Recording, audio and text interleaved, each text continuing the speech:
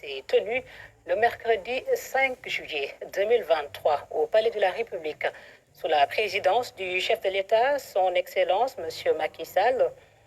À l'entame de sa communication, le président de la République a adressé ses chaleureuses félicitations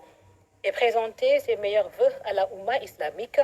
à l'occasion de la célébration de l'Aïd al-Adha, fête de Tabaski. Le chef de l'État prie avec la nation pour un Sénégal de paix et de solidarité. Poursuivant sa communication, le président de la République a salué le bon déroulement, la qualité et l'exhaustivité des recommandations et conclusions du dialogue national inclusif. Le chef de l'État a ainsi félicité l'ensemble des participants et acteurs du dialogue national qui, depuis 2019, ont travaillé avec responsabilité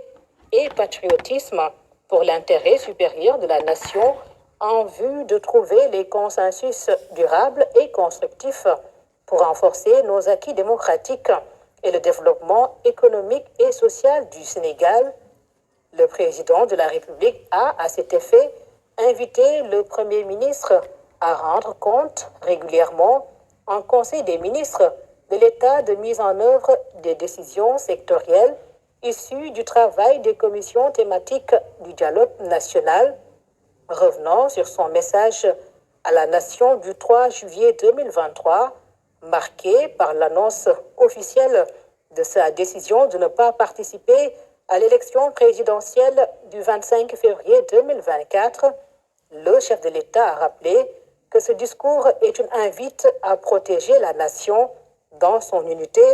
sa résilience et son ambition de poursuivre son élan d'émergence dans la paix, la stabilité, la prospérité et la consolidation d'un État de droit de référence. Le président de la République a exhorté les acteurs politiques et les autres forces vives du pays à cultiver le sens de la nation sénégalaise, à asseoir l'excellence de notre modèle de société démocratique et à accélérer la transformation structurelle de l'économie nationale dans la dynamique de l'exploitation prochaine des ressources nationales pétrolières et gazières. Par ailleurs, le chef de l'État a notamment tenu à remercier tous les ministres qui, depuis 2012, ont servi l'État à ses côtés. Le président de la République a réitéré au gouvernement qu'il travaillera sans relâche et jusqu'au 2 avril 2024 pour servir comme toujours le peuple sénégalais qui lui a fait confiance ces 12 dernières années. Dès lors, le chef de l'État a indiqué au gouvernement de rester à la tâche sur le terrain pour finaliser les projets prioritaires et préparer dans les meilleures conditions l'élection présidentielle de 2024. C'est ainsi que le président de la République a demandé au Premier ministre de présenter lors du prochain Conseil des ministres le plan d'action du gouvernement pour les 6 prochains mois, juillet au 31 décembre 2023, en plaçant parmi les priorités les programmes d'équité sociale et territoriale, bourse de sécurité familiale, PUDC, Puma, Promoville, PACASEN, urbain et rural, et les solutions rapides pour promouvoir les formations, l'apprentissage, l'entrepreneuriat et l'emploi des jeunes. Au demeurant, le chef de l'État a particulièrement insisté sur l'impératif d'une prise en charge optimale de la jeunesse comme priorité stratégique de la nation en intensifiant la mise en place des dispositifs d'insertion professionnelle des jeunes à partir des résultats du programme Réunion et des réalisations des centres départementaux de formation professionnelle et des maisons de la jeunesse et de la citoyenneté. Sur le climat social et le suivi des affaires intérieures, le chef de l'État a évoqué le suivi de la campagne agricole en demandant au Premier ministre et au ministre de l'Agriculture, de l'équipement rural et de la souveraineté alimentaire de prendre toutes les mesures requises pour accélérer les mises en place des intrants et matériels agricoles dans les zones agroécologiques du pays. Le chef de l'État a également requis l'accélération de la mise en œuvre du programme national de la reconstitution du capital semencier. Autre sujet, la continuité des enseignements dans les universités et établissements d'enseignement supérieur public, en invitant le Premier ministre et le ministre de l'Enseignement supérieur, de la Recherche et de l'Innovation à prendre toutes les mesures appropriées en relation avec les recteurs pour assurer la programmation de la reprise effective des enseignements dans les universités et établissements d'enseignement supérieur public. Dans le même élan, le chef de l'État a demandé au ministre de l'Enseignement supérieur de veiller au renforcement académique, administratif et financier de l'École nationale supérieure d'agriculture, ENSA. Enfin, le président de la République a adressé ses félicitations, ses encouragements et ses meilleurs vœux de succès aux candidats à l'examen du baccalauréat technique et général 2023. Le chef de l'État a clos sa communication sur son agenda et le suivi de la coopération et des partenariats en informant le Conseil qu'il présidera le jeudi 6 juillet 2023 au CICAD. La cérémonie d'ouverture du Forum international Invest in Sénégal. Au titre de sa communication, le Premier ministre a, au nom du gouvernement, adressé ses félicitations au président de la République pour la densité exceptionnelle et la portée historique de son discours à la nation du 3 juillet 2023.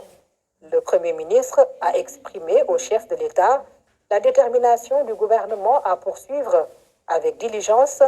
l'exécution des projets en cours conformément à la vision du président de la République matérialisée à travers le plan Sénégal émergent PSE, abordant la coordination et le suivi de l'activité gouvernementale. Le Premier ministre a rendu compte de la célébration de la Tabaski, de la réunion interministérielle sur la phase 2 du TER, des préparatifs de la gestion de l'hivernage, de la participation du Sénégal aux Jeux mondiaux de Special Olympics, de la réunion sur la situation de la société nationale La Poste, de la réunion sur la situation de l'approvisionnement en médicaments et en produits pharmaceutiques. Au titre des communications des ministres, le ministre des Affaires étrangères et des Sénégalais de l'extérieur a fait une communication sur la situation internationale. Le ministre de l'Agriculture, de l'équipement rural et de la souveraineté alimentaire a fait une communication sur la campagne agricole 2023. Au titre des textes législatifs et réglementaires, le Conseil a examiné et adopté les textes suivants: le projet de loi portant révision de la Constitution, le projet de loi modifiant le Code électoral, le projet de loi modifiant le Code pénal, le projet de loi abrogeant et remplaçant l'article 17 de la loi numéro 62-37 du 18 mai 1962 fixant le statut général des officiers d'active des forces armées, modifié, le projet de loi autorisant le président de la République à ratifier la Convention mondiale sur la reconnaissance des qualifications de l'enseignement supérieur adoptée à Paris le 25 novembre 2019, le projet de loi autorisant le président de la République à ratifier la Constitution et la Convention de l'Union africaine des télécommunications signée le 7 décembre 1999